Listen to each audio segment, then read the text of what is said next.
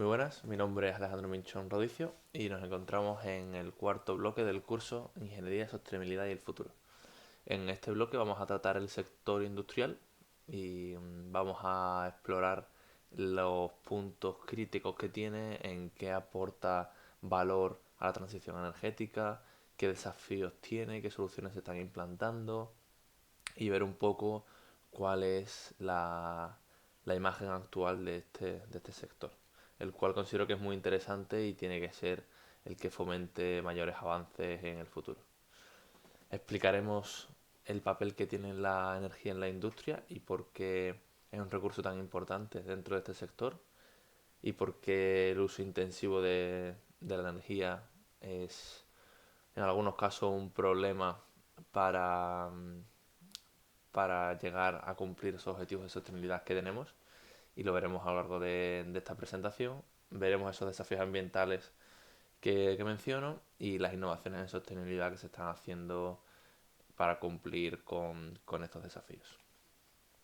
Como introducción, pues primero definir por qué esta energía es un recurso tan importante en el sector industrial. Principalmente porque es vital para su funcionamiento. No hay más. La mayoría de procesos industriales requieren una alta, un alto uso de la energía, principalmente en forma eléctrica, pero también en forma de energía térmica. Eso es algo bastante importante y los sistemas de calefacción pueden llegar a suponer una un gran consumo en el caso de que se utilicen directamente extrayendo energía térmica de los procesos.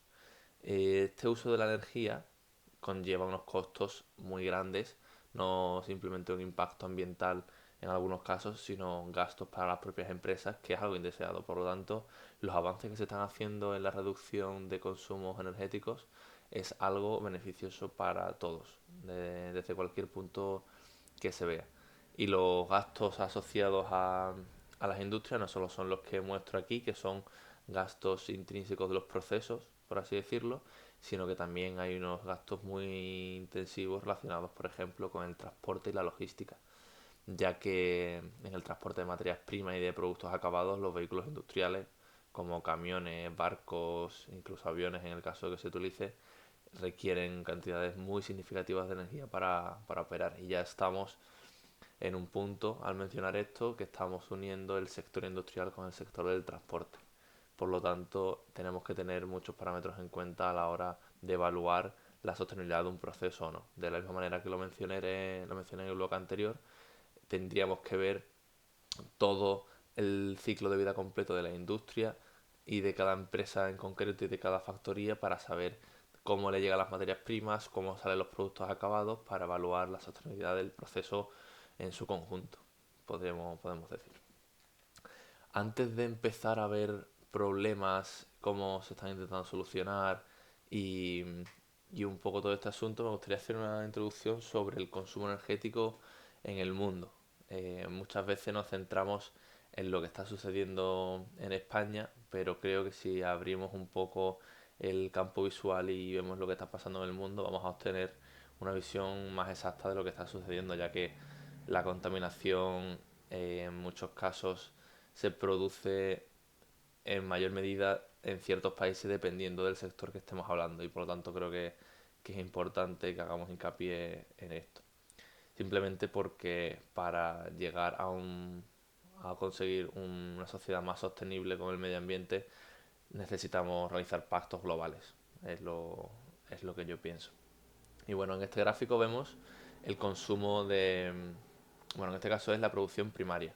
No solo el consumo, sino también la suma de la producción primaria, el comercio exterior y el búnker marítimo. Es decir, tiene en cuenta la variación de existencias, lo que sale, lo que entra, qué países son más activos eh, en la producción y en el comercio, por así decirlo, y por lo tanto, qué países son los que más contaminan, bueno, más consumen, perdón, relacionado teniendo en cuenta esto. Como vemos aquí en el gráfico de la derecha, China, eh, esto está, si no me equivoco, en toneladas de emisiones, puede ser. O en toneladas, bueno, vamos a poner unidades, ¿vale? Vamos a intentar explicarlo de esta manera porque creo que no es algo, no es una cantidad absoluta, sino es una cantidad relativa, ¿vale? Vamos a tomarlo así. Y viendo, por ejemplo, Alemania, uno de los países europeos con mayor consumo, de hecho, según esta tabla de la derecha, el país europeo con mayor consumo y más activo, eh, tiene 270, mientras que China tiene 3.800. Estamos hablando de que se multiplica en dos órdenes de magnitud. Esto, bueno, en un orden de magnitud, pero se multiplica por casi 15 veces. Esto es muchísimo, pero también hay que tener en cuenta la extensión de un país como China, los habitantes, y por lo tanto para graficar este tipo de estadísticas hay que tener en cuenta muchas cosas. Y esto es algo que también quiero que os llevéis de este curso.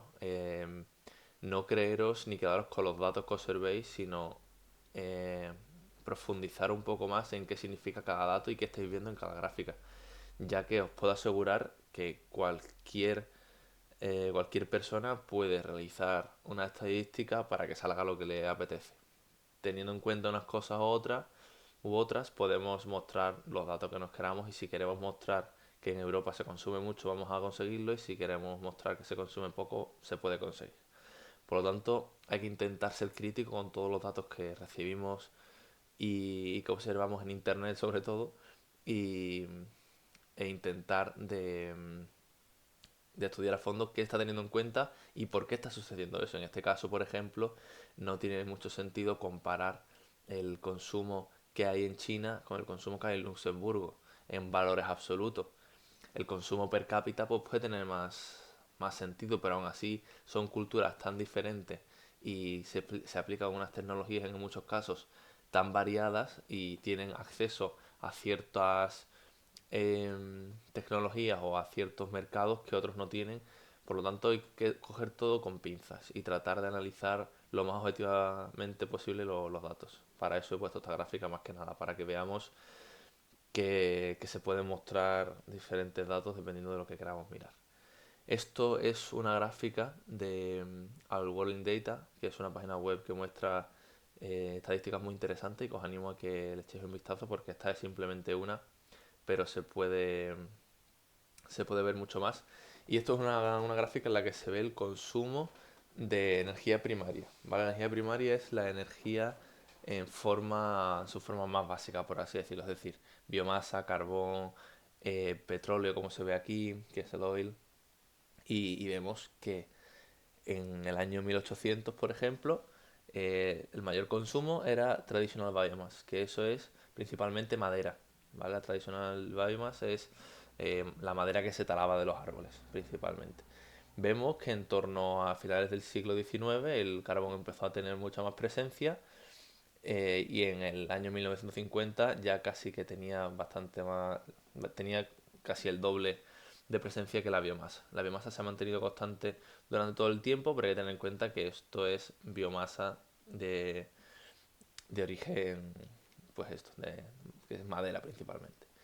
Y en los últimos años vemos que el uso del carbón y del petróleo ha ido en aumento. Ese consumo de este recurso no es que haya ido bajando, y es algo que tenemos que tener en cuenta, y es muy cierto que han venido surgiendo nuevas formas de electricidad, y por ejemplo el uso de energías renovables es lo que se ve en la parte superior del gráfico en los últimos años, y vemos que es un porcentaje razonable, y por lo tanto cuando se vea el uso de energías renovables o el porcentaje de uso de carbón, vemos que el porcentaje de uso de carbón se ha reducido. ¿Por qué? Porque hay un cierto porcentaje que se ha introducido nuevo, que son las energías renovables. Y, pero si lo vemos en cuanto a energía consumida, porque lo que estamos viendo en el eje vertical es energía, la energía utilizada y extraída de fuentes de combustibles fósiles no ha hecho más que subir. Vemos que en los últimos años parece que se ha estabilizado un poco, pero es algo que ha seguido subiendo a lo largo de los años, y que el porcentaje de uso es verdad que ha ido disminuyendo, pero al estar convirtiéndonos en una sociedad eh, en la que el consumo crece exponencialmente, el uso de combustibles fósiles no renovables también está aumentando exponencialmente. Son cosas a tener en cuenta, y, y aquí, por ejemplo, en este gráfico se está teniendo en cuenta las ineficiencias en la producción de combustibles fósiles y su conversión a combustibles no fósiles. Pero bueno, em, este dato es importante, ¿vale? Que tengamos en cuenta que cuando nos lo pinten en porcentajes, obviamente el uso de carbón va a disminuir, pero en cuanto a consumo energético sigue aumentando, es importante. Después, si nos vamos a la fuente de información que yo considero más clara y que a mí especialmente me gusta, que es el Foro Nuclear, el cual es una fuente en español que nos proporciona datos sobre consumos, principalmente en Europa, pero también tenemos datos globales. Aquí podemos consultar el consumo de energía final, que es la energía realmente que llega a tu hogar, por así decirlo, o la que se utiliza en la industria de forma final, no la materia prima en su estado más natural. Podemos consultar qué, qué cantidad de energía se consume en cada uno de los sectores, ¿vale? Podemos ver que España es uno de los países de Europa que, que más energía consume. Podemos ver en la parte superior a Alemania, que consume casi 200 unidades en este caso, y nosotros estamos en 78,6.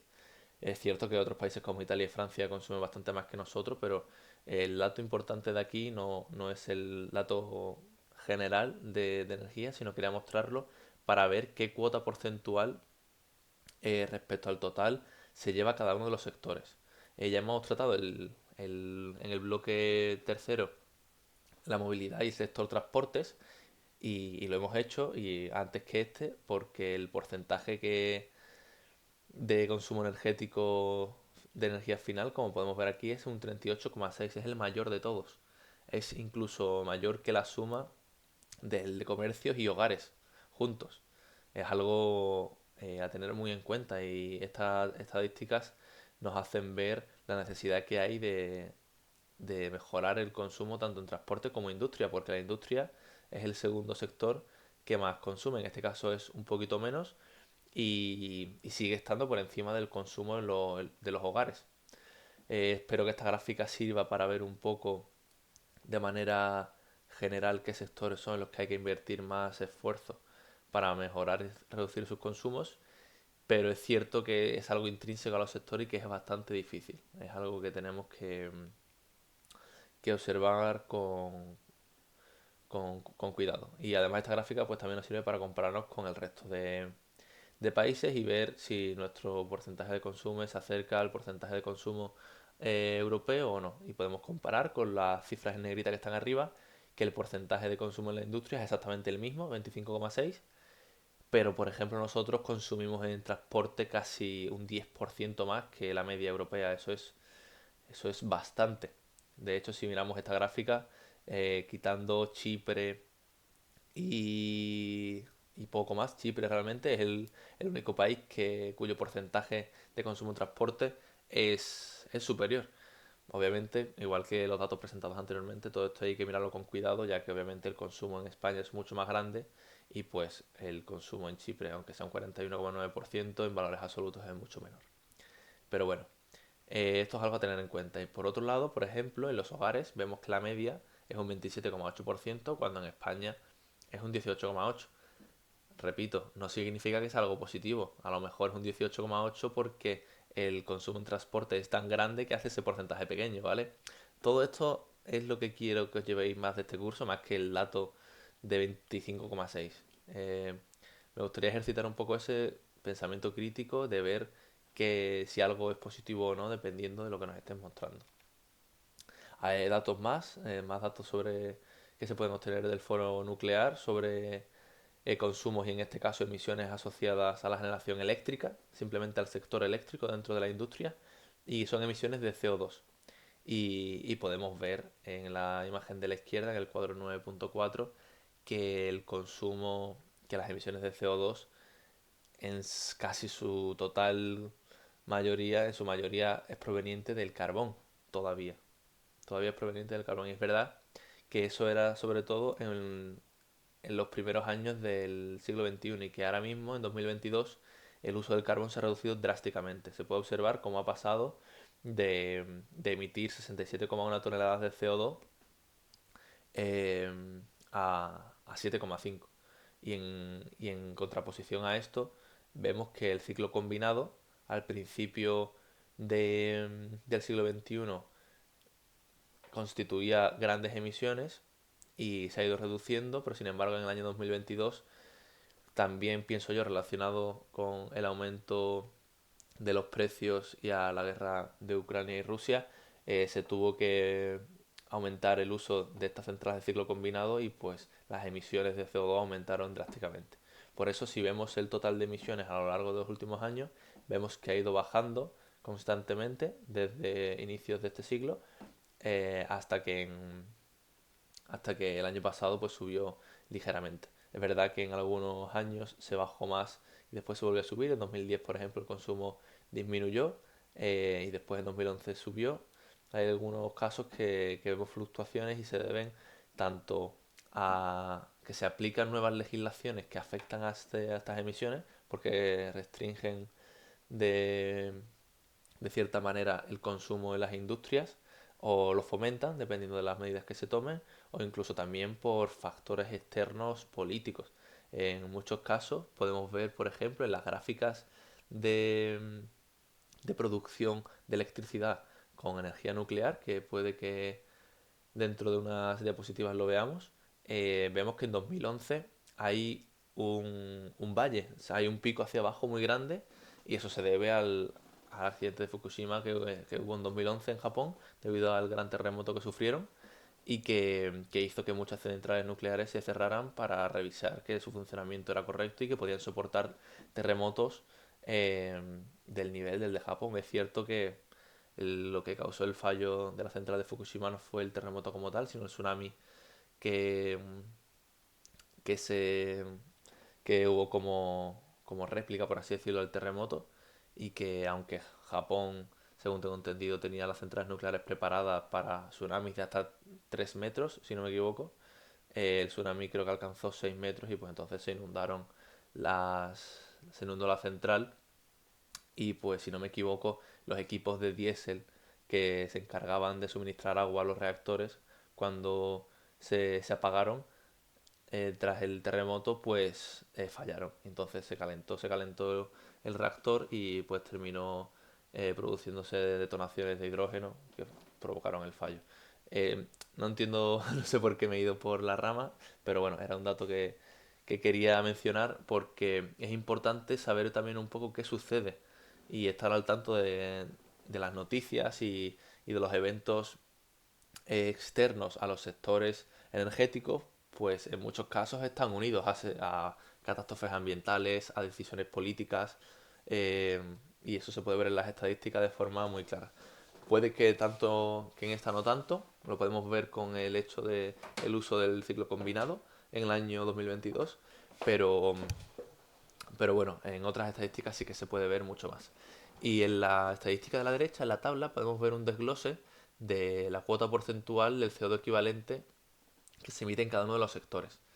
Y pues podemos ver que el sector de la industria, que lo podemos ver en el primer recuadro que os marco, constituye un porcentaje muy grande, casi un 15%, pero es que el transporte constituye el 30%.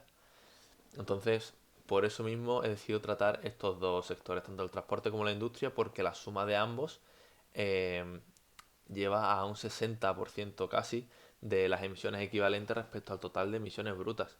Y algo que no se incluye en ese porcentaje, por ejemplo, son procesos industriales como la industria de minerales o industria química, que se trata en el punto 2 y se extrae un poco de la industria energética. Y si la industria energética tiene un 75%, los procesos industriales químicos y de minerales tienen un casi 10%, un 8%. Y eso es algo que tenemos que tener muy en cuenta, pues los procesos industriales y el sector industrial, si sumamos estos porcentajes y consideramos que el transporte también está relacionado con ellos, constituyen el 80% de las emisiones. Por lo tanto, está claro que si queremos solucionar este tipo de problemas, estos dos sectores son los que principalmente tenemos que estudiar y analizar cómo podemos mejorar y hacer más sostenibles. Es algo bastante claro y que estas estadísticas nos ayudan a verlo. Algunas estadísticas más, en este caso, por ejemplo, consumo de gas natural según los mercados en España, se ve también que el mercado industrial consume muchísimo más que el resto, y junto con las centrales eléctricas el porcentaje de uso del gas natural eh, es tremendo, es muchísimo más grande. Se puede llegar a pensar que a lo mejor el gas natural se consume mucho en el uso doméstico, en los hogares, pero el porcentaje de utilización en los hogares no tiene nada que ver si lo comparamos con el uso industrial y el uso de las centrales eléctricas que vemos en esta estadística de la izquierda, en esta tabla. Esto se puede graficar también en la derecha, pero en este caso estamos graficando emisiones de gases de efecto invernadero. La industria está pintada en línea continua no gruesa, y vemos que, que la industria y la energía, que es la línea continua en, que es más gruesa, vemos que constituyen porcentajes gigantes dentro de esto. En este caso se grafica el índice de variación según sectores, y vemos que se ha, que se ha modificado a lo largo de los años, y en este caso, por ejemplo, también podemos ver el efecto de la crisis que hubo en torno a 2008, y ese pico en el consumo y el aumento de las emisiones de gases de efecto invernadero pues se vio reflejado. Pues se tomaron medidas para poder permitir que las emisiones fuesen un poco más altas, teniendo en cuenta las necesidades económicas del país. Esto también se ve claramente en esta gráfica y es bastante interesante. Y esta gráfica, la mencioné en el bloque anterior, si os acordáis y si habéis visto los vídeos anteriores, donde os comenté el concepto de reserva y recurso. Os comenté que los recursos son aquella materia prima existente dentro de la Tierra y que puede ser explotada, por así decirlo, ¿vale? Que puede ser explotada me refiero a que existe, a que está en la Tierra. Sin embargo, la reserva es ese recurso el cual es económicamente rentable y técnicamente viable de extraer. Por lo tanto, hemos estado viendo que el recurso del petróleo en el mundo obviamente ha ido disminuyendo, pues es un concepto, es un material finito, el cual no va a estar para siempre, sino que es un elemento finito, y que si el consumo se convierte sigue aumentando, puede llegar un momento en el que no haya. Además de que las emisiones relativas al uso de esta sustancia pues no son deseadas. Sin embargo, vemos que las reservas no han hecho más que aumentar desde el 1980, y en algunos casos ha podido fluctuar, pero en el año 2020, por ejemplo, vemos que las reservas con respecto a la producción aumentó muchísimo. ¿Por qué es eso? Aquí tenemos datos de reserva con respecto a producción. En algunos casos es verdad que este número puede aumentar debido a la disminución de la producción, pero es que si vemos las gráficas de reservas únicamente, vemos que también van aumentando debido a que se van haciendo avances tecnológicos que te permiten explotar ciertos yacimientos de petróleo que se conocían, pero que no se podían extraer debido a la tecnología que existía.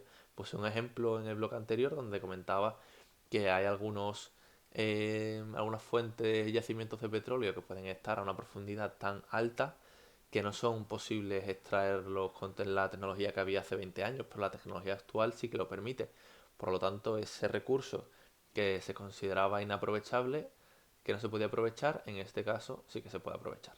También sucede, por ejemplo, con el petróleo que se encuentra filtrado entre zonas que son como rocosas. Pues es bastante fácil encontrar yacimientos donde haya, por así decirlo, una bolsa de petróleo, sea como un embalse, por así decirlo, bajo tierra, el cual simplemente hay que succionar y filtrar un poco, pero en muchos casos el petróleo se encuentra filtrado entre las rocas, y por lo tanto hasta hace pocos años no hubo una tecnología que permitía la obtención de este petróleo. De hecho, si vemos las estadísticas del uso de petróleo en todo el mundo, vemos que Canadá es uno de los mayores eh, utilizadores de esta técnica que comento, y han sabido explotarla y están consiguiendo beneficios económicos grandísimos con respecto a ellos. Se han convertido en un país que ha crecido económicamente muchísimo debido a la obtención de petróleo, realmente. Y bueno, vemos también que teniendo esto en cuenta hay muchas formas de reducir el consumo de energía en la industria. Este consumo que os he presentado en las gráficas anteriores, pues a pesar de ser algo bastante peliagudo y difícil de controlar, pues hay ciertas medidas que se pueden realizar para disminuirlo. Y voy a comentar algunas de ellas, pues aquí os he escrito muchas, pero simplemente quiero que os quedéis con algunas ideas. Auditorías energéticas, ya es algo que he comentado anteriormente y pues es una actividad por la cual se pueden contratar organismos externos para analizar las empresas y los sectores industriales y ver qué puntos de mejora se pueden, se pueden fomentar. Y se pueden identificar áreas de alto consumo y posibles ineficiencias energéticas y esto puede ayudar a implementar las medidas específicas necesarias y requeridas para reducir el consumo total en la industria, obviamente. Como segundo punto, encontrar tecnologías que sean más eficientes y ser capaces de implementarlas en los procesos puede ser eh, bastante beneficioso y se puede conseguir que invirtiendo en máquinas más actuales y con mejores tecnologías sea más eficiente energéticamente hablando, por así decirlo. Y suele ser la, las tecnologías modernas suelen ir de la mano con técnicas más eficientes de consumo energético, la verdad. Después también podemos pensar, por ejemplo, en la optimización de procesos, donde se puede revisar los procesos que se están realizando en cada una de las industrias y reducir el desperdicio o la energía necesaria. Eso es algo muy importante. En muchos casos el desperdicio que se está produciendo y los residuos que se están emitiendo pueden tener una segunda vida y ahí es donde entra el reciclaje y la reutilización que tenemos en la columna de la derecha, donde intentamos comentar pues que hay muchos procesos que producen unos residuos que suponen o que son la materia prima de otros procesos. Por lo tanto, es súper importante interconectar los sectores entre sí para poder llegar a un punto donde la economía sea más circular. Podemos decirlo de esa manera. Obviamente, incorporar energías renovables es algo también muy importante y que tenemos que solucionar teniendo en cuenta la intermitencia de estas energías. Esto es algo que ya he mencionado mucho, sobre todo en el bloque anterior, que espero que haya quedado claro. El mantenimiento preventivo es muy importante también, ya que el mantenimiento regular de los equipos y maquinarias pues ayuda a mejorar la eficiencia y prolonga la vida útil de los equipos. Las horas de mantenimiento aún así suelen ir de la mano con paradas en la producción, por lo tanto a las industrias es algo que no les suele salir rentable en primera instancia, pero a la larga, a largo plazo, el invertir en horas de mantenimiento te ayuda a aumentar la eficiencia de tus máquinas y a poder trabajar de forma más eficiente consumiendo menos, sobre todo.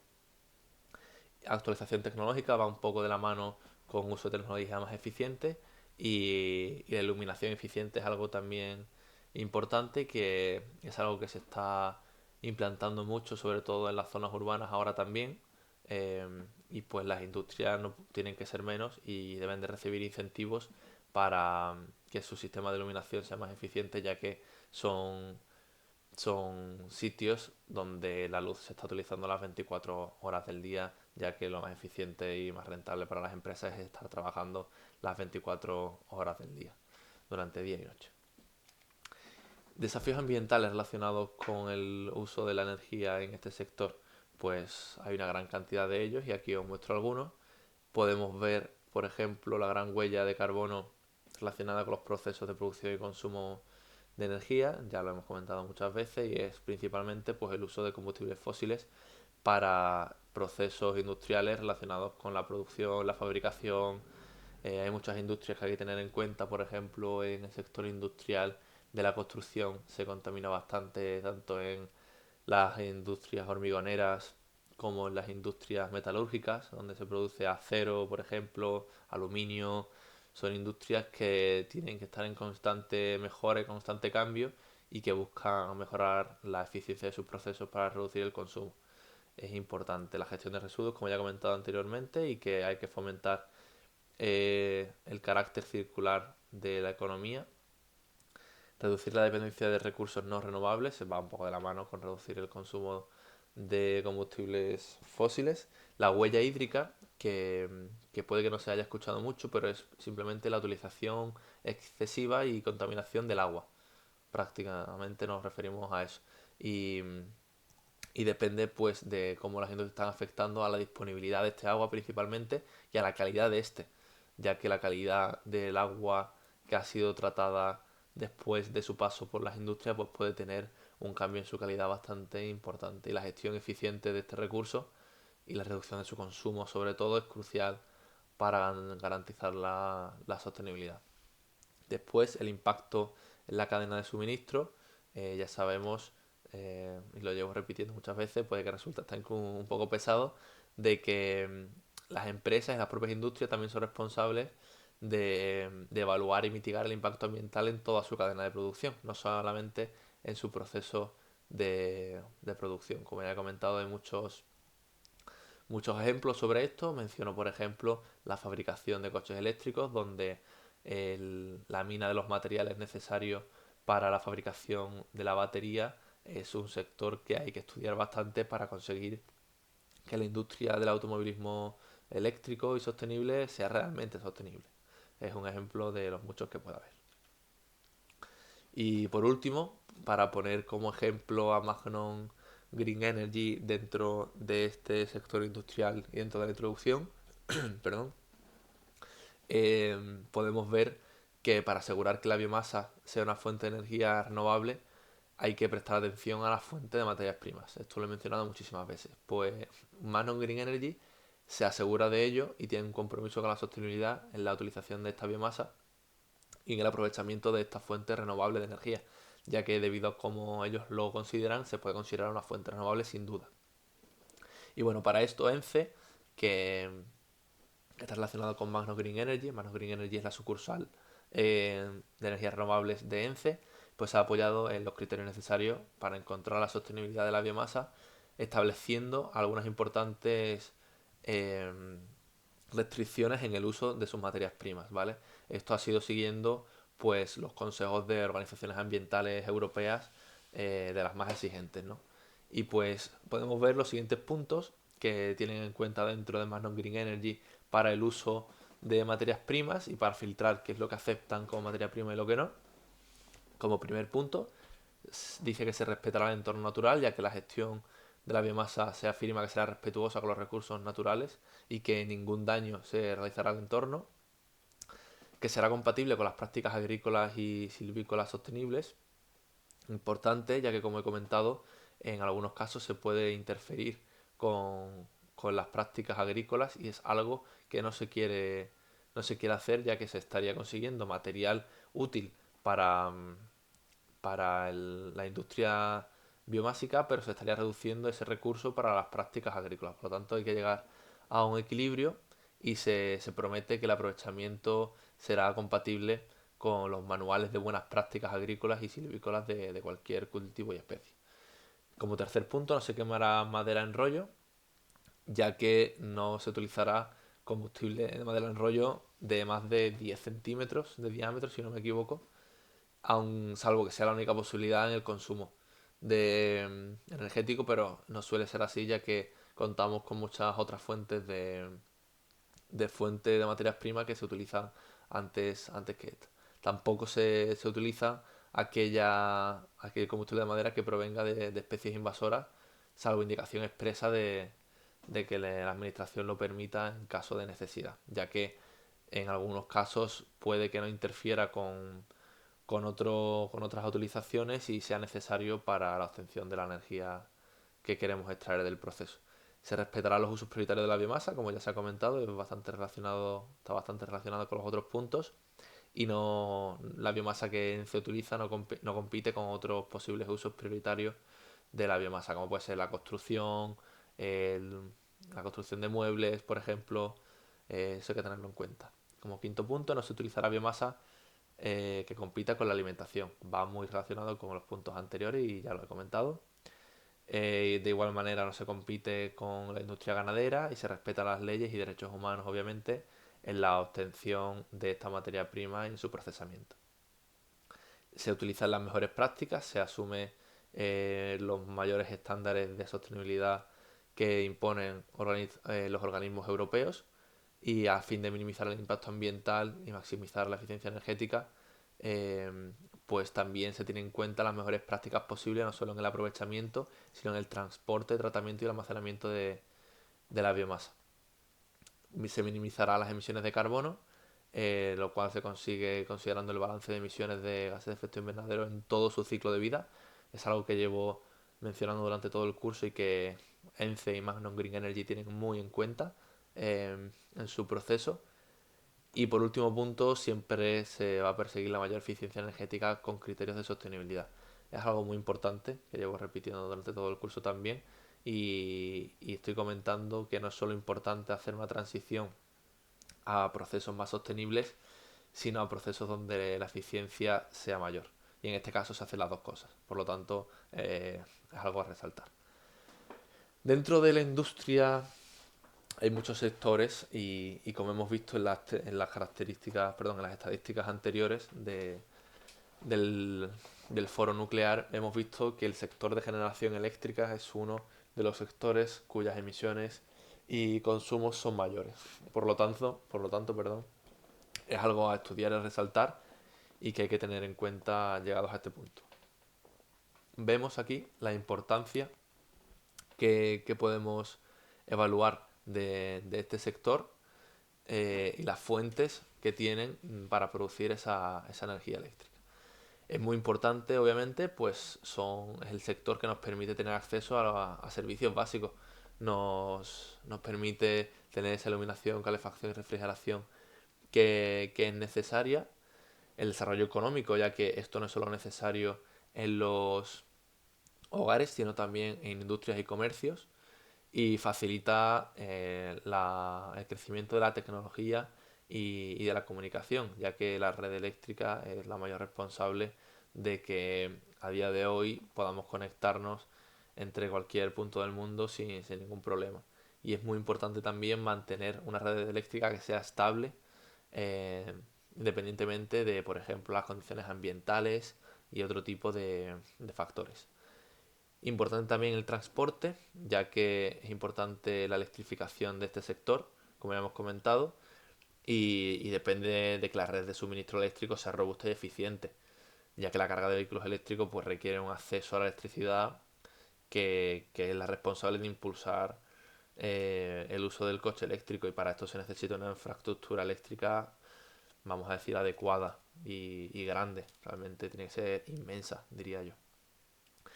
Después tenemos distintas fuentes de obtención de recursos para la generación eléctrica. Tenemos fuentes de combustibles fósiles, ya hemos comentado cuáles son los principales: el carbón, el gas natural, el petróleo. Y obviamente, a pesar de su alta disponibilidad, pues su uso conlleva las emisiones de gases y contaminantes atmosféricos, lo cual llevamos diciendo durante todo el curso que no es viable de aquí al futuro. Fuentes de energía renovable, como ya hemos tratado en el bloque anterior, en el bloque segundo realmente, cuando os expliqué el funcionamiento de los paneles fotovoltaicos, de los aerogeneradores, de las centrales hidroeléctricas y las turbinas que se utilizan en ellas. Y por último punto, un sector que no hemos nombrado hasta ahora y que creo que es importante conocer también, es el sector nuclear, la creación de energía eléctrica gracias a los reactores nucleares. Podría haber entrado mucho más en detalle en este sector, pero no he tenido suficiente tiempo en el apartado del bloque 2 y como la energía nuclear tampoco es algo que se considera renovable, ya que hay un consumo de uranio, en este caso de plutonio, que no se considera renovable ni mucho menos, y hay una serie de residuos que hay que tener en cuenta, pues no lo he incluido. Pero se puede entrar en detalle en caso de que queráis. Es algo muy interesante porque realmente es un sector que no emite CO2 durante la generación de energía, pero plantea desafíos muy grandes en cuanto a la gestión de los residuos nucleares, que tienen una vida de miles de años, y esto pues conlleva preocupaciones sobre la seguridad de esta utilización. Y a pesar de ser uno de los sectores donde las normativas es más exigente y los protocolos de seguridad son brutales, de verdad que cuando empiezas a leer un poco sobre los protocolos que hay, los reactores nucleares de todo el mundo, es brutal. Y aquí en España, si no me equivoco, tenemos 7 centrales nucleares que trabajan obviamente con fisión nuclear. Eso es algo que no he comentado, pero que he mostrado aquí, ya que la fusión nuclear viene como una interrogación, ya que es un hito que todavía no se ha conseguido y que es fruto de gran investigación.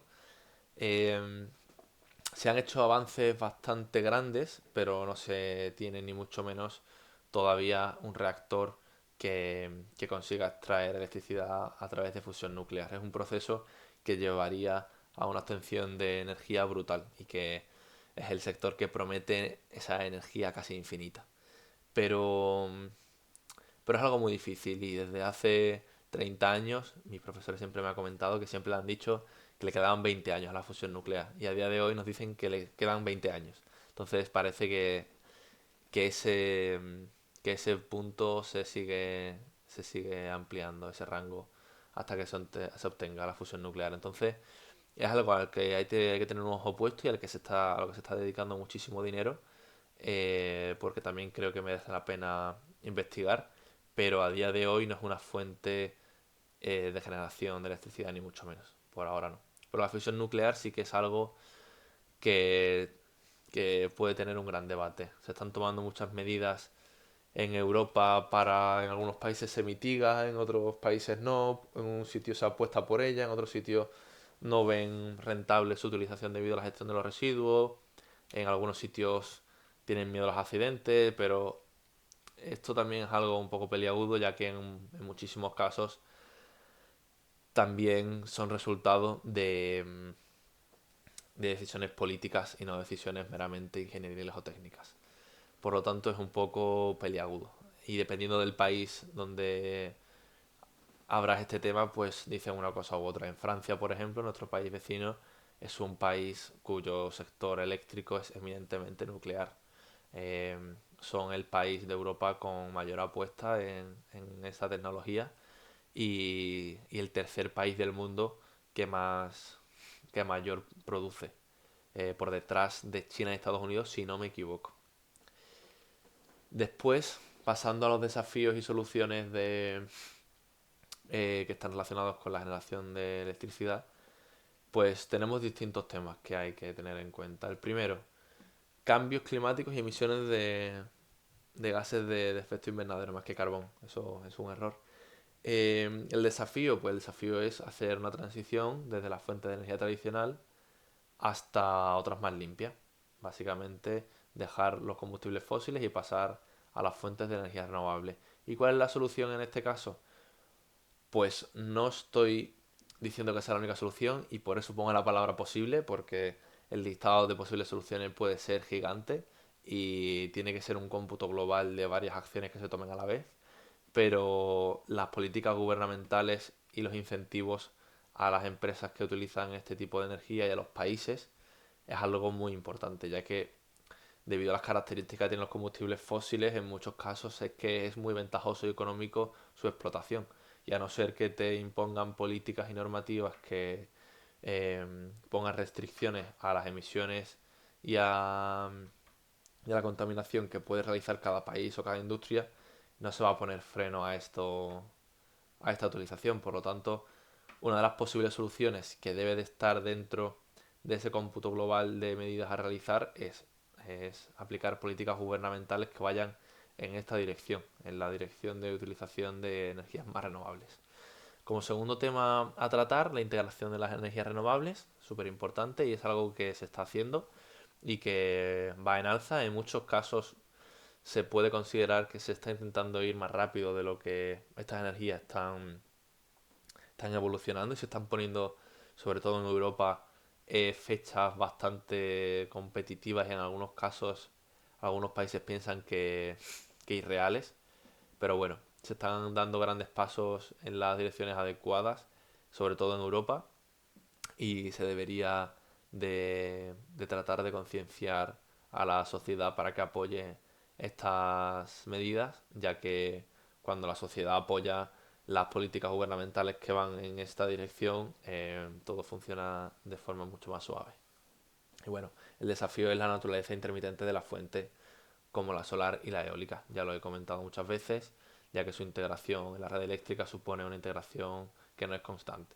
Y que hay que tener otras fuentes de generación eléctrica que permitan cumplir con la demanda en los momentos donde la eólica y la solar y la hidroeléctrica, por ejemplo, no son capaces.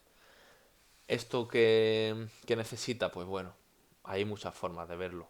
La capacidad de almacenamiento, ya lo he comentado, es algo muy importante y comenté en el bloque anterior formas de almacenar energía y, y es algo difícil realmente. Hay algunas ideas que están circulando y unas más novedosas que otras, como por ejemplo la de utilizar los coches eléctricos como almacenamiento cuando están enchufados a la red eléctrica. Ya lo he comentado en el bloque anterior y os animo a que lo veáis porque es algo bastante interesante, pero su viabilidad está ciertamente cogida con pinzas, por lo tanto hay que tener cuidado. Pero es verdad que una de las posibles soluciones, aunque no se sepa todavía la mejor forma, es mejorar la capacidad de almacenamiento. ¿Cómo? Es algo que está por ver. Como punto también importante a tratar está la infraestructura, ya que en muchos casos las infraestructuras son anticuadas y limitan la eficiencia que se puede obtener de los procesos que estamos realizando para generar energía eléctrica. Como ya he comentado en anteriores bloques, por ejemplo, las centrales hidroeléctricas que hay en España tienen muchísimos años. Es verdad que no es algo que esté afectando muchísimo a, a la eficiencia obtenible del proceso, pero es un ejemplo que nos ayuda a ver que la vida útil de los proyectos que se realizan eh, de este carácter es en torno a 40 años. Es cierto que en muchos casos hay centrales hidroeléctricas y nucleares, por ejemplo, que se diseñan para que duren 40 años y tras una revisión después de los 40 años se puede extender su uso. ¿Esto es beneficioso? Pues sí, realmente, porque estamos extendiendo la vida útil y estamos teniendo económicamente mejoras. Pero en algunos casos la extensión de estos permisos para funcionar está limitando la implantación de tecnologías nuevas. Pero bueno, es algo a tener en cuenta y en algunos casos se toman algunas medidas muy interesantes y hace poco me comentaron una anécdota de un sitio donde hubo un fallo de la turbina de vapor, si no me equivoco, de una central de ciclo combinado que permitía el suministro de energía eléctrica a, bueno, a una comunidad autónoma de España. Esta, esta turbina falla y el equipo de personas encargado de verlo va a analizar por qué falló y pues se analiza que la turbina se tiene que sustituir de forma integral. Y claro, la turbina va unida al generador, por lo tanto va todo de la mano. No, no puedes comprar cosas por separado, la bancada de la turbina tiene que ir junto con la turbina, el espacio que ocupa tiene que ser un espacio en particular y cuando tú cambias la turbina dentro de una central de ciclo combinado tienes que cambiar prácticamente todo el proceso, ya que esta turbina pues tiene cierta presión de entrada, la cual tiene que cumplir el bombeo anterior del agua o el vapor correspondiente.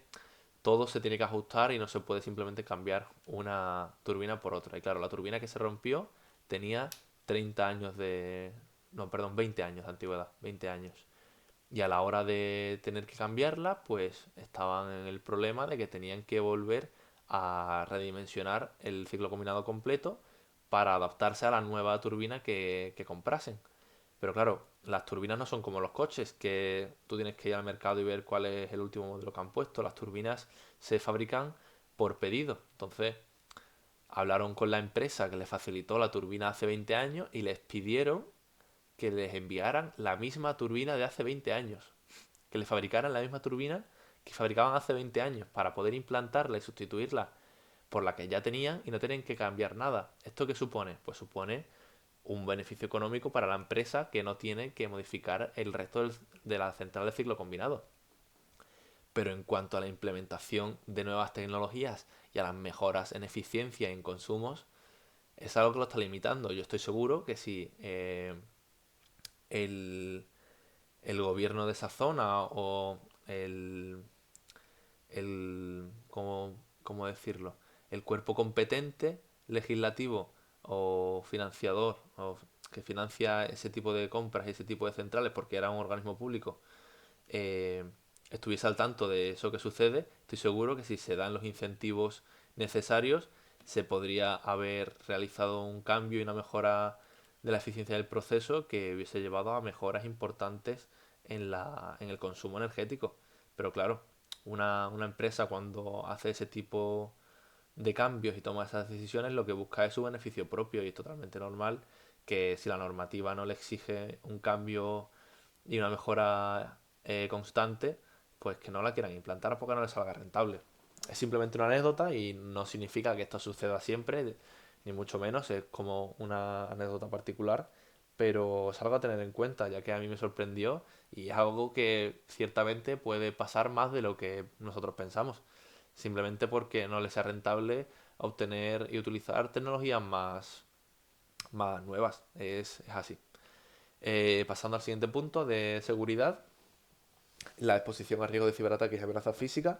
Con el avance de la tecnología, todo este tipo de cosas también ha avanzado muchísimo, a bien y a mal. Estamos cada vez más expuestos a ciberataques y a riesgos de carácter computacional, por así decirlo, ya que toda la información la tenemos expuesta eh, en los sistemas informáticos, y hay que tener en cuenta ya que las centrales de generación eléctrica tienen información muy importante y dependemos de que esa información no se altere para que el funcionamiento de las centrales no se vea alterado, ¿vale? Por eso tienen protocolos de ciberseguridad y tecnologías avanzadas para proteger las infraestructuras críticas, ya que si un ciberataque atacara, por ejemplo, a todas las centrales nucleares de Francia, Francia no tendría electricidad con la que suministrar la demanda. Eso es así.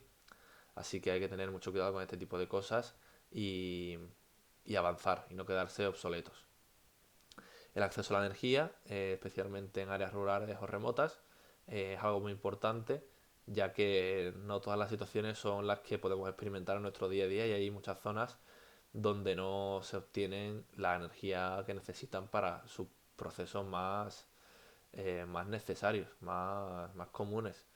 ¿Y cuál es la solución para esto? Pues soluciones descentralizadas, como sistemas de generación distribuida. Esto implica no tener, por poner un ejemplo, una central de 500 megavatios, sino tener 10 de 50 megavatios distribuidas a lo largo del país para poder suministrar en distintas zonas donde sea necesario.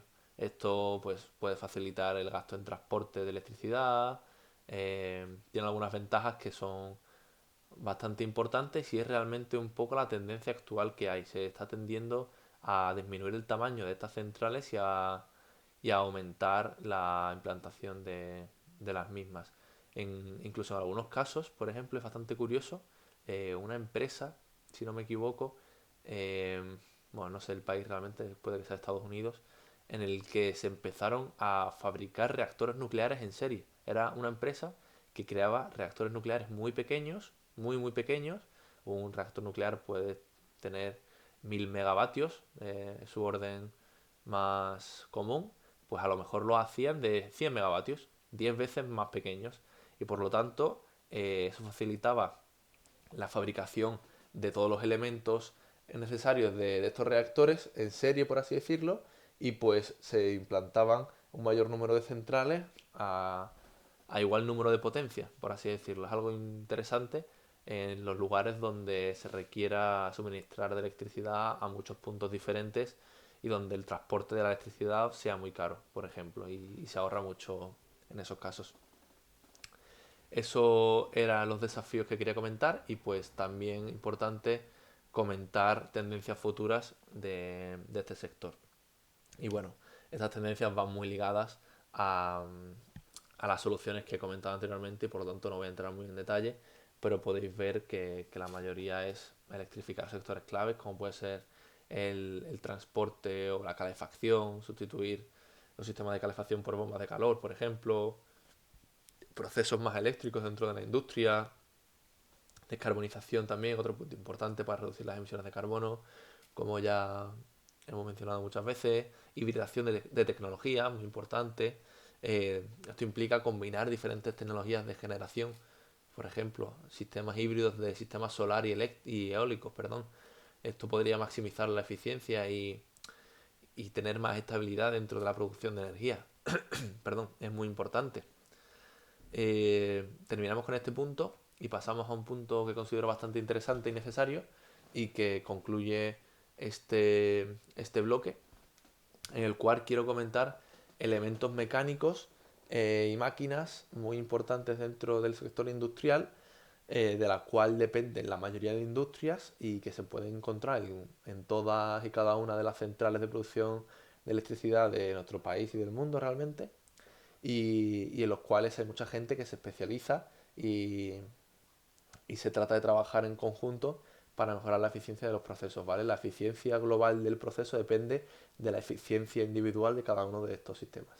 Y pues vamos a tratar las turbinas, que ya en muchos casos lo hemos hablado, y voy a hacer como una recapitulación de los tipos que hay y su uso, las bombas y compresores, los cuales también he mencionado en muchos casos, y los intercambiadores de calor, los cuales son muy interesantes, ya que se pueden encontrar en cualquier instalación y también ya los hemos visto en algunos procesos descritos anteriormente. Sistemas de control, cualquier industria, cualquier sector tiene que tener un sistema de control muy fino y es realmente lo que permite que el sistema esté funcionando eh, sin pausa y no solo que trabaje sin pausa, sin parar, sino que trabaje en su punto de máxima eficiencia durante el mayor tiempo posible. Es algo bastante importante. Por lo tanto, entrando en las turbinas, muchas de estas imágenes ya las he puesto anteriormente y pues os he querido mostrar aquí los tipos de turbinas que se utilizan en la industria y que ayudan a la generación de energía eléctrica.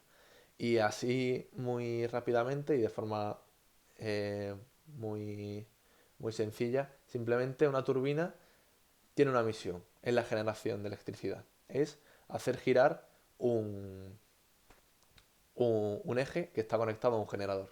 Eso es así, ¿vale? El generador es el encargado de generar la electricidad. Y su electricidad se produce cuando el eje que tiene introducido gira. Vale, pues la turbina lo que tiene que hacer es que ese eje gire. En este caso, disculpadme porque la turbina de gas que he pintado es una turbina aeroderivativa y no tiene conectado ningún generador, pero bueno, en lugar de producir empuje mediante los gases de escape, como hace esta turbina que he mostrado, el, la tobera se abre, por así decirlo, para que se pueda introducir un eje y no se produzca un empuje y la turbina de gas salga volando, sino que en lugar de producir empuje, produzca ese giro del eje que queremos. Por lo tanto, como primer tipo de turbina que tenemos, la turbina de vapor, posiblemente de las más utilizadas dentro de la industria y que ya hemos visto en muchísimos procesos y que dentro de las diapositivas os mostraré un ejemplo donde se utiliza. Son turbinas a las que se le introduce un vapor, cierto vapor, que hace girar el eje de la turbina y que nos permite pues, obtener esa electricidad que queremos. Como ya he comentado, el vapor de agua es el fluido de trabajo y el vapor entra a muy alta presión y es lo que hace girar los álabes de esta turbina. Transfiere la energía cinética directamente al eje y es lo que hace generar la energía mecánica que se transforma en eléctrica dentro del generador. Como podemos ver en esta imagen, hay como distintos escalonamientos que se llaman, es decir, los álabes de la turbina de vapor van creciendo de tamaño y esto está directamente relacionado con la presión y la temperatura que hay en cada una de estas fases. Dependiendo de la densidad del vapor que está pasando por cada uno de los álabes, es más beneficioso o menos cierto diámetro del rotor. Por lo tanto, esos álabes van de la mano con, con el estado del vapor en cada uno de los puntos. Son diferentes etapas que se llaman. Y está asociado a la presión y la temperatura, como ya he comentado. Etapa o escalonamiento, se puede decir. Como segundo, tenemos la turbina de gas, la cual ya también he explicado su funcionamiento en el bloque anterior y que he comentado que tiene las mismas cuatro etapas realmente que tiene un motor de combustión interna de un coche, ya que una turbina de gas en este caso también se puede considerar eh, un motor de combustión interna alternativo. Lo que pasa que esta imagen que tengo puesta aquí es un turborreactor, ¿vale? Perdonadme de nuevo la confusión, pero el funcionamiento es muy parecido. Y, y en muchos casos, pues lo que se utiliza es gas natural, queroseno es lo que se utiliza, por ejemplo, en el caso de los aviones, en muchos casos, otros gases como fluido de trabajo también. Y el gas pues se quema en la cámara de combustión, se genera esa alta presión y temperatura, que es la que hace girar después las palas de la turbina, gracias a esos gases de escape que tienen una alta energía. Las aplicaciones comúnmente utilizadas, donde se utiliza la turbina de gas, pues en centrales eléctricas de ciclo combinado y turbinas de avión, principalmente como ya he comentado. Las turbinas hidráulicas. He puesto una de las tres que mostré anteriormente. En este caso estamos hablando de una turbina Francis. Es una de las que más se utilizan en las centrales hidroeléctricas y pues ya he comentado su funcionamiento, pero es básicamente, en este caso, el fluido de trabajo, que es agua, entra de forma radial al eje de potencia que se conecta al generador, y este fluido de trabajo hace girar los álabes de la turbina que permiten evacuar el líquido de forma axial al eje de potencia y el giro del eje pues hacia el generador. Todo el funcionamiento son muy parecidos, lo único que cambia es el fluido de trabajo y la forma de los álabes de la turbina para optimizar el proceso. Pero es que el funcionamiento es el mismo en todos los casos y eso quiero que lo tengáis claro, ya que es el objetivo de esta diapositiva. La turbina eólica también la hemos mencionado, también denominada aerogenerador. Hemos explicado su funcionamiento paso a paso, hemos asemejado sus palas a las alas de un avión y creo que se puede entender muy fácilmente cómo se produce el empuje de esas palas y el giro. Y por último, la turbina de vapor geotérmica, que realmente es una turbina de vapor, va incluida en el primer tipo, pero la he querido mencionar ya que son turbinas que suelen tener algunas variaciones que, aunque siguen utilizando el vapor de agua generado en este caso por el calor de la Tierra, eh, en algunos casos sí que puede haber algún cambio con respecto a las de vapor que se utilizan en los sistemas convencionales de generación de electricidad. Pero como podéis ver en la imagen, en este caso hay distintos escalonamientos también y eso se debe a los cambios de presión y temperatura dentro de la misma turbina. Eso ya lo he comentado. Pasando a otro elemento muy importante, que son las bombas y compresores, que a lo mejor no hemos entrado tan en detalle como hemos hecho con las turbinas, y pues tenemos dos tipos, en este caso, bombas y compresores. Las bombas son aquellos elementos que aumentan la presión, por así decirlo, de un fluido de trabajo líquido, en la mayoría de casos, pues agua, aunque también se puede hacer con aceite en algunos casos, y pues hay muchos tipos, ¿vale? Eh, las centrífugas, por ejemplo, pues funcionan como una rueda giratoria, ¿vale? Ese cuerpo que está ahí pintado en rojo se llama rodete y transfieren la energía que se le aporta directamente al fluido, ¿vale? En este caso, en lugar de tener un eje que se conecta a un generador y se produce energía, el generador funciona como motor eléctrico que se conecta a estas bombas y lo que se hace es aportar energía al fluido, no extraer del fluido, ¿vale? Por eso he puesto tanto las bombas como los compresores en la misma diapositiva, porque eh, son elementos que funcionan de manera parecida en este caso, porque en ambos casos se aporta energía al fluido, lo que pasa que en el caso de las bombas el fluido es un líquido y los compresores el fluido es un gas. Normalmente suele ser eh, aire o vapor, depende del proceso que estemos considerando.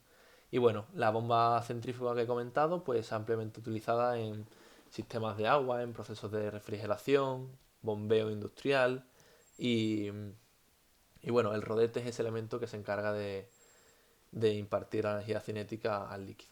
Después tenemos bombas axiales, las cuales eh, no son tan vistas realmente en la industria, es de las que más me ha costado encontrar algún ejemplo, pero en algunos casos sí que se puede utilizar y como su nombre indica, el flujo de agua se produce de forma axial a su eje de potencia, mientras que en el caso de las bombas centrífugas, como podemos ver, el fluido llegaba axial, pero se evacuaba de forma radial al rodete, ¿vale?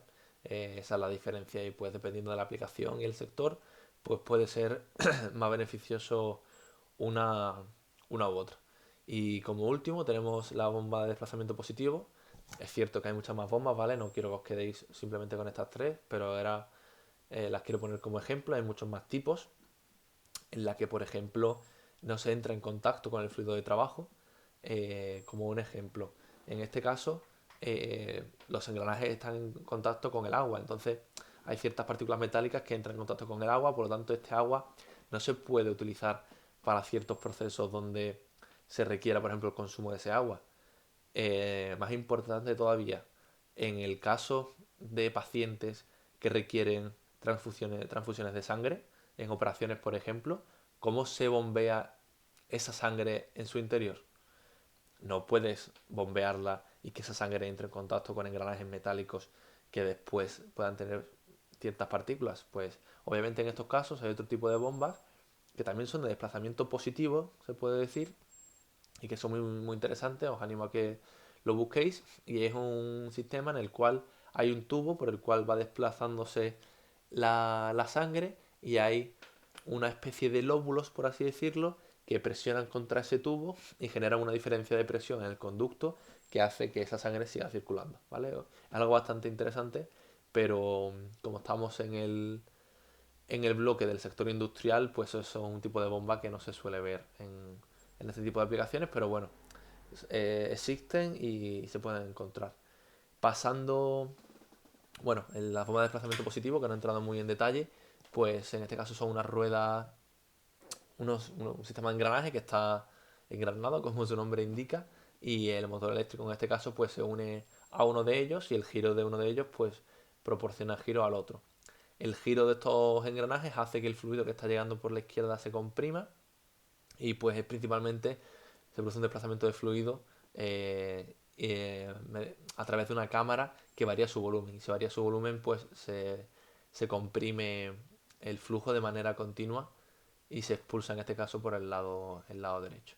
Se suele utilizar bastante en aplicaciones donde se requiere un flujo estable y continuo. Por ejemplo, la industria de alimentos, la industria química, la industria farmacéutica, ya que nos permite la obtención de un flujo muy continuo, como ya comento. Por ejemplo, de compresores, podemos poner los compresores centrífugos, axiales y desplazamiento positivo. He querido poner los mismos nombres que para las bombas, ya que dependiendo de cómo está llegando el fluido y cómo se está comprimiendo, se pueden encontrar aplicaciones muy similares en ambos tipos. Lo que pasa que el agua, al ser un fluido incompresible y el aire un fluido compresible, funcionan de manera bastante distinta y los trabajos necesarios para comprimir los distintos fluidos es diferente, ¿vale? En muchos casos las bombas se dedican pues a propulsar el fluido más que a aumentar su presión, pero bueno, sí, realmente eh, no no se disminuye el volumen al ser incompresible, pero sí que se aumenta la presión. Ese es el problema que tenemos con los compresores, que es muy fácil de reducir el volumen que ocupa el gas, pero difícil aumentar su presión, ¿vale? Espero que se entienda así con este comentario relativamente rápido. Los compresores centrífugos, por ejemplo, pues tienen una forma de trabajar muy similar a las bombas centrífugas y su forma lo muestra. En este caso, estos compresores se pueden utilizar en aplicaciones como puede ser los coches. Los turbocompresores que vemos en los coches pues son centrífugos. Y seguramente que la forma os suene eh, si alguna vez habéis visto alguna imagen de algunos. Os animo a que veáis algún vídeo de cómo funcionan porque son un elemento muy interesante y que han contribuido mucho a la mejora de la potencia y de la eficiencia en los motores actuales. Sobre todo, si habéis visto el bloque anterior, los motores diésel, donde os comenté en el bloque del sector de transporte que se trabaja con exceso de aire, por lo tanto es muy beneficioso la introducción de turbocompresores en este caso. Por otro lado, tenemos compresores axiales y en este caso pues se comprime el gas a través de una serie de rodetes que giran, que se puede considerar que son una especie de aspas, y el gas fluye axialmente mientras se transfiere la energía al fluido. Este tipo de compresores, por ejemplo, son los que están incluidos dentro de las turbinas de gas, ¿vale?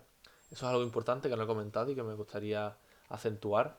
En esta turbina de gas, como vemos, la turbina de gas es un tipo de turbina, pero dentro tiene una turbina y tiene un compresor. Entonces, ¿qué es turbina? El conjunto, eh, pues es verdad que nadie sabe muy bien por qué se le puso este nombre, porque es un poco confuso, pero el elemento que contiene el compresor, la cámara de combustión y la turbina se llama turbina de gas. Y dentro de ese elemento, que es su motor de combustión interna, obtenemos tenemos un elemento que se llama turbina, que es la parte de la turbina de gas que se encarga de expandir el fluido y de producir ese trabajo, ¿vale? Perdonadme si esto no lo he explicado anteriormente, pero es algo a tener en cuenta, ya que la forma de mencionar su nombre puede llevar a confusiones. Pues, perdón, dentro de esta turbina de gas, la fase de compresión se realiza mediante un compresor axial, que es este mismo elemento que os muestro en esta imagen. se utiliza en aplicaciones donde se requiere un gran flujo de gas a no muy alta presión, ya que los compresores centrífugos consiguen aumentar en mayor medida la presión de estos gases y se utilizan en la industria aeroespacial, por ejemplo, en motores a reacción como el que he mostrado anteriormente o turbinas de gas. Compresores de desplazamiento positivo, este último que os menciono y os muestro aquí. En este caso es un compresor de émbolo en el cual tenemos dos válvulas, una de admisión y otra de escape, y pues se realiza un proceso de admisión mientras que el cilindro está trabajando y el cilindro comprime el aire a medida que va subiendo. Esto ayuda a comprimir el aire de la misma manera que se comprime, por ejemplo, en el motor de un coche. Lo que pasa que la única función que tiene el cilindro en este caso es la entrega de potencia al fluido. No es como el caso de un motor donde lo que se quiere es que el fluido aporte la energía al cilindro y que este cilindro, haciendo girar el cigüeñal, nos dé la energía cinética o mecánica que necesitamos para mover el coche. Son conceptos opuestos, por así decirlo en este caso. Y pues se suele utilizar en procesos donde se requiera una presión constante y en procesos donde se manejan gases a presiones relativamente altas, la verdad. Y esto puede ser utilizado pues, en la industria petroquímica o en la industria farmacéutica también, lo podemos encontrar. Son unos elementos muy curiosos. Y igual de curiosos son los intercambiadores de calor, un elemento que a mí particularmente me gusta bastante y en el cual enfoqué mi trabajo de fin de grado, el cual os explicaré y os comentaré por encima en el bloque quinto, en el último bloque de este curso. Y en esta parte de este bloque simplemente os quería mostrar algunas imágenes con algunos tipos de intercambiadores de calor donde se muestra su funcionamiento para, para entender cómo funciona y cuál es su función en la industria. Principalmente, como su nombre indica, se dedica a intercambiar calor entre dos fluidos de trabajo diferentes, ¿vale? Estos fluidos pueden ser agua hacia agua, agua hacia aire, aire hacia agua, aceite, agua, va dependiendo muchísimo de las aplicaciones. Y el agua, yo me atrevo a decir que es el fluido más utilizado en la mayoría de las industrias y en muchos casos es necesario porque se utilizan turbinas de vapor. Como he comentado, las turbinas de vapor son el resultado de, de, de recibir vapor que anteriormente era agua. Y después de la turbina, ese vapor se condensa para convertirse en agua y ese agua se va a convertir en vapor a través de un intercambiador de calor, ¿vale? Que en este caso se llama, bueno, se suele denominar caldera o generador de vapor, tiene bastantes nombres y es el último ejemplo que os muestro. Este primero que os muestro aquí es otro tipo de intercambiador que no se encarga de transformar el agua en vapor casi nunca. Es de los más utilizados en la industria y se llama intercambiador de carcasa y tubo, Shell and Tube se llama en inglés, y podemos ver normativas expresamente dedicadas a su construcción y eso es impresionante, de verdad. Tuve que estudiar esa normativa para la realización de mi TFG y son miles de páginas, miles y miles de páginas de, en este caso la ASME, de American Society of Mechanical Engineering, Mechanical Engineers, que es la Asociación Americana de Ingenieros Mecánicos, que se dedican a imponer normativas de pues espesor de la carcasa, espesor de los tubos, según la presión que tienes en el interior. Y en este caso, pues hay dos zonas. Una zona pintada en azul, por donde está entrando cierto líquido y que se hace pasar por unos tubos. Esos tubos están aguantados por unos baffles que se llaman, que son como una especie de planchas con unos agujeros para que pasen los tubos y se sujeten a la carcasa. Y este líquido que entra intercambia su calor con otro fluido que va pasando por el exterior de esos tubos. Ese fluido entra por la zona coloreada en blanca, que, cuya entrada se llama Shell Inlet, que es pues el fluido que está en contacto con las paredes de la carcasa realmente en la zona central, ya que en la zona central el otro fluido está en contacto solo con los tubos. Por esto, los tubos son los encargados de transferir el calor de un fluido a otro y son de los elementos que más cuidado se tiene a la hora de su diseño. En este caso, es simplemente una línea de tubos rectos que va de un sitio a otro, pero en muchos casos, para optimizar el tamaño del intercambiador de calor y la transferencia de calor a la vez, pues estos tubos van y vienen, por así decirlo, hacen una especie de S eh, para transferir más calor ya que están más tiempo en el proceso. Esto es un tipo de intercambiador que se utiliza muchísimo. Otro intercambiador es intercambiador de placas, que tiene un funcionamiento diferente. No hay tubos en este caso por el que van pasando los líquidos, sino que hay una serie de placas que tienen grabadas una serie de surcos a través de los cuales fluye el líquido y a través de esas placas, teniendo una placa por la que va el fluido frío y en otro por donde va el fluido caliente, se produce un intercambio de calor de un fluido a otro, ¿vale? Eh, no lo he mencionado anteriormente, pero bueno, obviamente en el intercambiador anterior también hay un fluido que llega caliente y que sale un poco menos caliente, es decir, algo más enfriado, y hay un fluido que entra relativamente frío y se calienta, ¿vale? Eh, espero que se hubiese entendido. En los intercambiadores de placas, pues el funcionamiento es muy parecido y estas placas pues están apiladas y separadas por unas juntas, las cuales tienen que estar muy bien diseñadas para evitar fugas. La transferencia de calor es muy eficiente en este tipo de sistemas y realmente los intercambiadores de placas como este son muy compactos. Es algo bastante interesante. Hablando de intercambiadores compactos, eh, en algunas aplicaciones en específico se han creado unos intercambiadores que en algunos libros se clasifican como compactos directamente, se denominan así. En este caso, este que os estoy mostrando es un intercambiador de circuito impreso y es un intercambiador que se utiliza mucho en ciclos de generación de electricidad o de potencia en centrales donde en lugar de utilizar vapor y agua se utiliza CO2. CO2 supercrítico en este caso, ¿vale? Es algo que no pretendo que comprendáis ahora mismo y es algo que voy a mencionar en el siguiente bloque, pues es de lo que trata mi tesis de la carrera, el trabajo de fin de grado. Pero bueno, voy introduciendo estos conceptos para que en el bloque siguiente a lo mejor se comprendan mejor cuando lo vuelva a repetir. Y en este caso el funcionamiento es muy parecido al de un intercambiador de placas, porque son como unas especies de bloques que se apilan a través de los cuales se ha grabado un surco donde los fluidos calientes van pasando, por ejemplo, por las placas pares y el fluido frío por las impares. Y es una forma hiper compacta y hiper eficiente de conseguir esta transferencia de calor, además que en los sistemas que comento se trabaja a muchísima presión. Por lo tanto, tienen que ser muy compactos y seguros para evitar las fugas.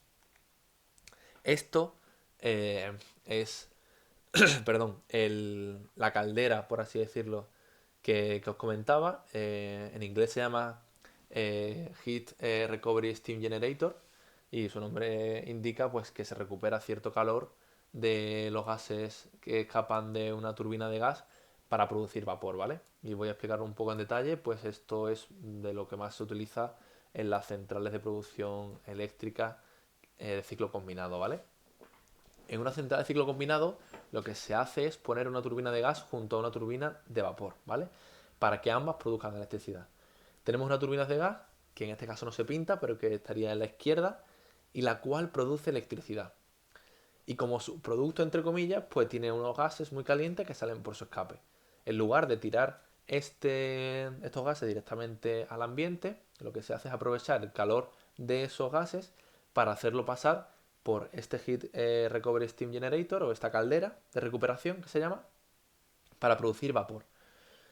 Este vapor se hace pasar por una turbina de vapor y se produce más electricidad. Por lo tanto, la eficiencia de las centrales de ciclo combinado aumenta muchísimo. Pues no solo la turbina de gas está generando electricidad, sino que también la turbina de vapor. ¿Y esto cómo se hace? Como ya he comentado, al salir del condensador, el vapor se ha convertido en agua. Entonces, este agua entra en el economizador que se llama. Es este elemento de la derecha que está a menor temperatura, ¿vale? Es como el punto final de, de, de la caldera de recuperación. Y donde pone Feed Water Inlet es por donde se está introduciendo el agua en estado líquido. El agua se calienta un poco en el economizador, pero se mantiene en estado líquido, pero a una temperatura muy cercana a la de vaporización, ¿vale? Dependiendo de la presión que se esté utilizando, puede ser una temperatura u otra. Eh, esta, este agua se va hasta el calderín, que es este steam drum que se llama, que es un sitio donde se establece un equilibrio líquido-vapor y donde se produce la evaporización del agua, ¿vale? Este conjunto de calderín y evaporador, pues se denomina evaporador normalmente, ¿vale? Y es la parte de la caldera de recuperación donde el agua realmente se evapora. Este agua que se evapora forma un vapor que tiene cierta calidad, ¿vale? Esta calidad se indica según el título de vapor, ¿vale? Es como un parámetro que indica la presencia de humedad, por así decirlo, mal y pronto, que tiene el vapor que se está generando. Entonces, para reducir esa cantidad de humedad que tiene, se pasa por un sobrecalentador, que se llama superheater en este caso, el cual aumenta más todavía la temperatura de este vapor para que cuando pase por por la turbina su eficiencia sea máxima, ¿vale? Entonces, repito, de la turbina de gas sale un flujo de gases calientes. Entra en contacto con el sobrecalentador, ya que es un punto en el cual el vapor ya tiene una temperatura considerable y por lo tanto, para que se pueda calentar más, tiene que entrar en contacto lo más antes posible con los gases de escape, es decir, cuando estos gases son están lo más caliente posible. Tras pasar por el sobrecalentador, los gases de escape un poquito más enfriados porque han transferido cierto calor al vapor, pasan por el evaporador, donde se produce esa vaporización que comento, y cuando ya los gases de salida están relativamente fríos, aunque frío puede ser 150 grados tranquilamente, pues entra en contacto con el economizador, donde el agua que ha entrado relativamente fría se empieza a calentar un poquito antes de llegar al evaporador, ¿vale? Como he comentado. Hay como dos caminos que se pueden ver en este diagrama. El camino del agua que entra y que se convierte en vapor y sale por la turbina, o el camino de los gases de escape que sale de la turbina, entra en contacto con la caldera de recuperación y sale por la chimenea, ¿vale? Lo que se denomina aquí stack. ¿Y qué es eso? Que podemos ver ese humito que realmente es vapor que se ve salir de... Perdón, ese humito no, que no es vapor, es el resultado de la interacción de los gases de escape en la caldera de recuperación, que es lo que se ve, ese humito blanco que se suele ver en las centrales, ¿vale? Depende mucho de la central, en algunos casos esa torre es una torre de refrigeración donde eh, lo que se está expulsando es realmente vapor, ¿vale? No tiene por qué ser una central de ciclo combinado. No quiero que hagáis que asumáis esas cosas, pero bueno, depende mucho, en algunos casos sí que puede coincidir que sea esta chimenea que comento. Como ejemplo, ¿vale? He querido poner este ejemplo ya que como no he mencionado a lo largo del curso las centrales nucleares casi en ningún momento, simplemente en el bloque de hoy de este vídeo sí que lo he comentado por encima, pero no he explicado el funcionamiento, ¿vale? Os he contado que hay elementos muy importantes en la mayoría de centrales de generación eléctrica, que son las turbinas, las bombas, los compresores, los intercambiadores de calor y bueno, hay muchísimos más. Los generadores, por ejemplo, súper importantes también. Pero bueno, vamos a comentar los demás carácter mecánico, que son los que ya he comentado. Pues un reactor nuclear de fisión es un ejemplo donde se utilizan todos estos elementos, ¿vale? Y vamos a ir uno a uno. En un reactor nuclear, realmente puede parecer que es todo muy difícil, pero lo que se hace es lo mismo que se hacía en las centrales que utilizan carbón.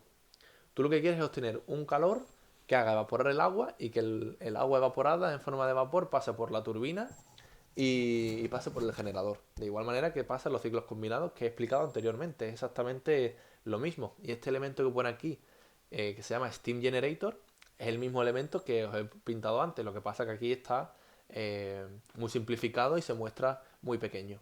Pero la realidad es un elemento gigante que tiene en la mayoría de casos las fases que os he explicado anteriormente.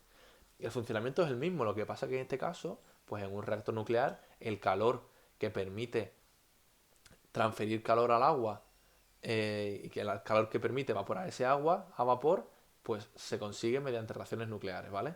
Y es lo que se consigue en ese reactor Bessel que se pinta, que es el punto donde se produce las reacciones de fisión gracias a la presencia de un combustible pues, radioactivo, como es el uranio 238 en la mayoría de casos de estos reactores de fisión, donde se producen unas reacciones en cadenas que son controladas por las control rods, que se llama aquí, que son las barras de control.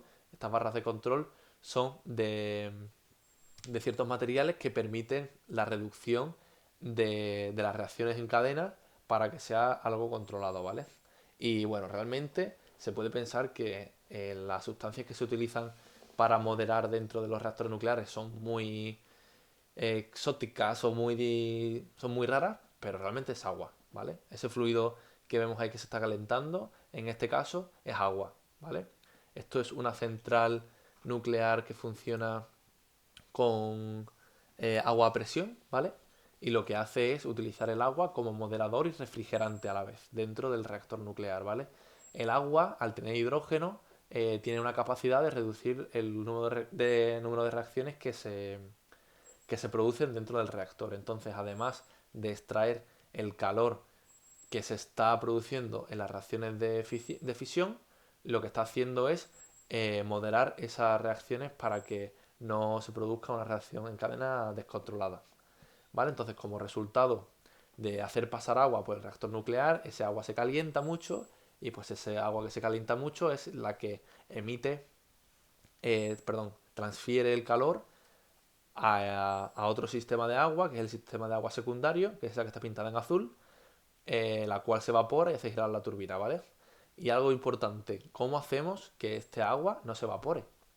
Este agua que está pasando por el reactor, la temperatura tiene que ser muy alta, ¿no? Y estamos consiguiendo que al pasarle calor a otro sistema donde hay agua, el agua se evapore. Pero la que nosotros tenemos no se está evaporando. ¿Eso cómo se hace? Pues muy fácilmente con el elemento que tenemos ahí que ayuda a aumentar la temperatura, la presión, perdón. ¿Y qué elemento es ese? Pues una bomba. Una bomba por la que se hace pasar el agua y hace aumentar la presión. Cuando la presión es mucho más alta, la temperatura de evaporación del agua aumenta muchísimo. Si tuviésemos la presión a un bar, a 100 grados, el agua se estaría evaporando. Pero al aumentar la presión muchísimo, no me atrevo a decir un orden de magnitud, pero puede que a lo mejor estemos hablando de 80 bares. No tengo ese número en la cabeza, pero no lo toméis como una verdad, puede que sea algo menor o algo mayor. Al tener esa presión, la temperatura de evaporación del agua es muchísimo mayor. Y por lo tanto, el circuito primario de agua, que es el circuito que está pintado en rojo, trabaja a una presión muy alta, ¿vale? Y esto es una de las cosas más importantes que tienen los reactores y sin los cuales no funcionaría. Es verdad que esto es un tipo de reactores. Hay otro tipo de reactores donde el agua sí que se evapora al pasar por el reactor, ¿vale? Porque se trabaja con presión mucho más baja y ese agua, ese vapor es la que pasa después directamente por la turbina.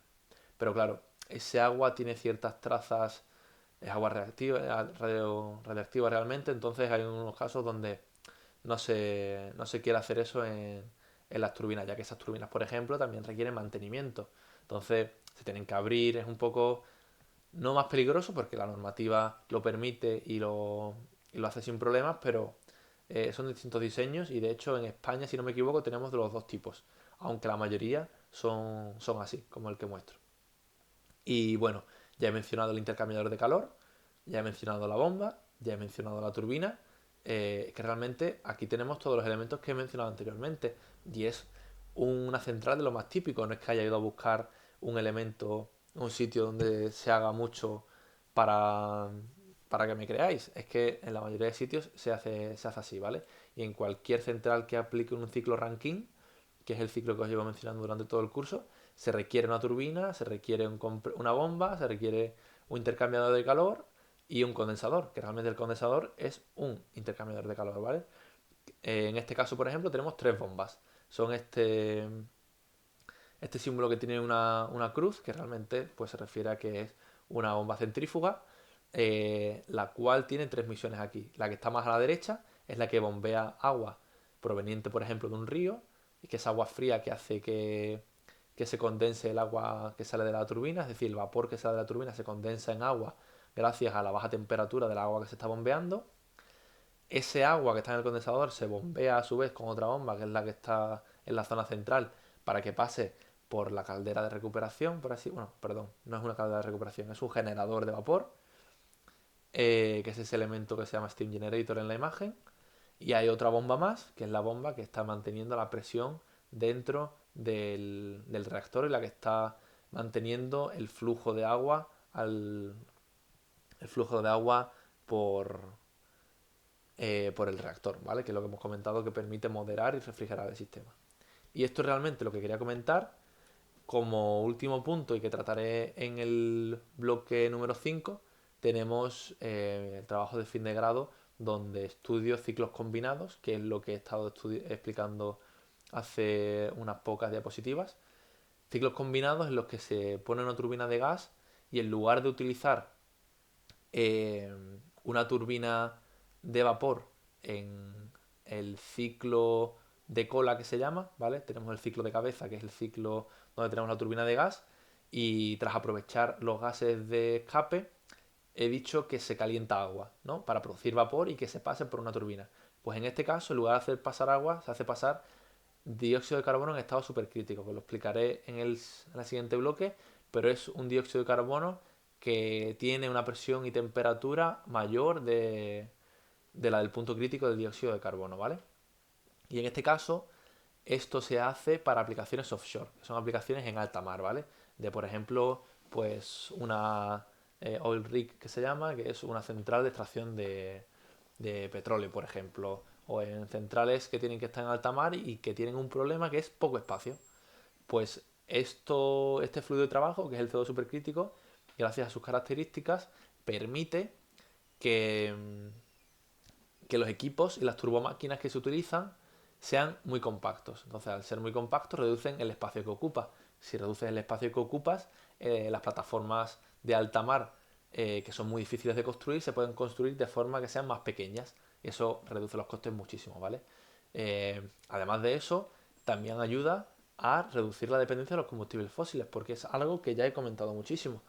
Lo que queremos es también mejorar la eficiencia de los procesos, porque una mejora de la eficiencia de los procesos que hacen uso de combustibles fósiles implica reducir su dependencia.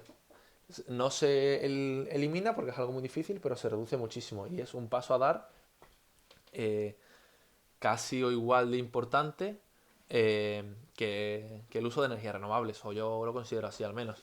Y bueno, mi parte dentro de este proyecto de investigación que se realizó pues fue seleccionar, diseñar y analizar estructuralmente los intercambiadores de calor que están presentes en los ciclos combinados donde se hace uso de CO2 supercrítico, para evaluar si es rentable las mejoras que se están obteniendo, ya que todo tiene ventajas y desventajas. Obviamente estábamos obteniendo sistemas mucho más compactos, pero están trabajando a unas presiones altísimas. Entonces mi labor era evaluar si era rentable tener equipos trabajando a tanta presión, pues a lo mejor no podían aguantar esas condiciones por un tiempo muy prolongado. Pues mi trabajo era asegurarme de que sí que pudieran soportar las condiciones. Y esto era todo lo que quería comentar en este bloque. Espero que os haya gustado. A mí la verdad que el sector industrial es algo que me gusta bastante y por eso estudio lo que estudio. Espero que también sea de vuestro agrado. Cualquier duda que tengáis, podéis contactarme sin ningún tipo de problema. Y como siempre, espero que os haya gustado y disculparme si en algún momento no he explicado algo del todo bien. Y estoy abierto a cualquier comentario que me queráis hacer. Muchas gracias y os veo en el próximo vídeo.